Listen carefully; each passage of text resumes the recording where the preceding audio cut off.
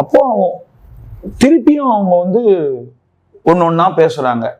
உனக்கு இது வியாதி வியாதி இல்லை, மாந்திரிகத்தினால உனக்கு வந்த போராட்டம், உனக்கு விரோதமா நீ மறிச்சு போகணும்னு உனக்கு செஞ்ச மந்திரம் அப்படின்னு சொன்னாங்க.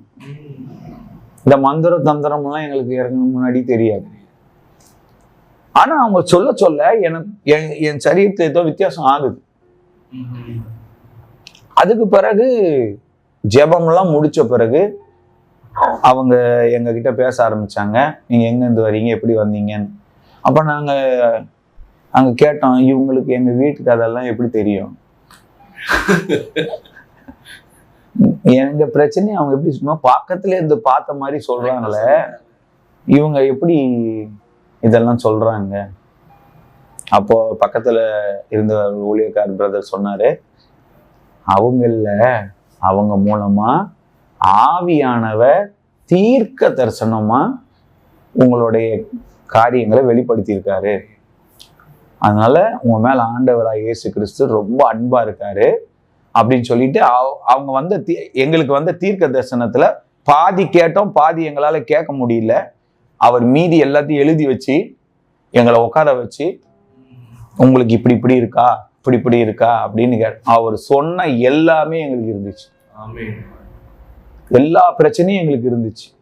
அப்பதான் எங்களுக்கு தெரிஞ்சுது இது எங்களுக்கு வந்த மாந்திரிக போராட்டம். இது எத்தனை வருஷமான உங்களுக்கு இருந்திருக்கு?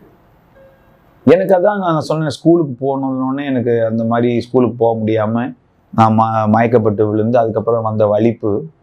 நான் அவங்கள போய் சந்திக்கிறதுக்கு ஒரு 3-4 வருஷம் இருக்கும். அந்த போராட்டம் அப்புறம் சபைக்கு போக ஆரம்பிச்சிட்டேன். அதுக்கு பிறகுதான் நாங்கள் இவங்களை போய் சந்திக்கிறோம். போய் சந்திச்சோன்னே இந்த மாதிரிலாம் நமக்கு ரொம்ப தெரிஞ்சு போச்சு. இது மந்திரம், மாந்திரீகம் அப்படின்னு எங்களுக்கு தெரிஞ்சு போச்சு.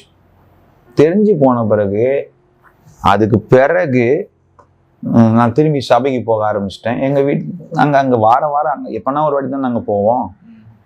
அப்போ எங்களுக்கு புரிஞ்சு போச்சு, இயேசு கிறிஸ்துக்கிட்ட போனாதான் எங்களுக்கு விடுதலை.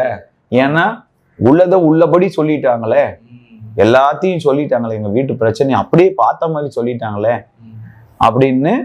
அங்கேயுமே எங்களுக்கு என்ன சொல்லி கொடுத்தாங்கன்னா, நீங்கள் இவ்வளோ தூரம்லாம் வர முடியாது, உங்கள் வீட்டு பக்கத்தில் என்ன சர்ச் இருக்கோ அந்த சர்ச்சில் போய் நீங்கள் அடங்கிருங்க, அந்த ஊழியக்காரங்க கிட்ட போய் இருங்க, வாரம் ஞாயிற்றுக்கிழமை போங்கன்னு.